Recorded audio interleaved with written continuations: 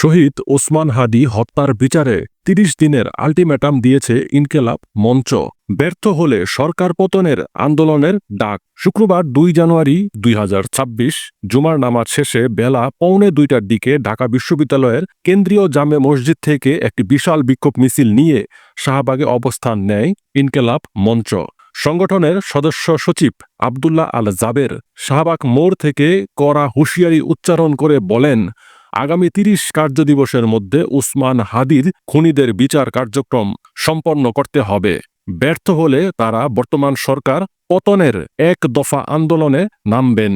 দীর্ঘ সময় অতিবাহিত হলেও এখন পর্যন্ত চার্জশিট দাখিল বা খুনিদের গ্রেপ্তারে প্রশাসনের দৃশ্যমান কোনো অগ্রগতি না থাকায় ক্ষোভ প্রকাশ করেন আন্দোলনকারীরা। বিক্ষোভের কারণে শাহবাগের এক পাশে যান চলাচল বন্ধ হয়ে যায় এবং সেখানে এক হাদির লোকান্তরে লক্ষ হাদি ঘরে ঘরে দিল্লি না ঢাকা এরকম উত্তপ্ত স্লোগান দেয়া হয়।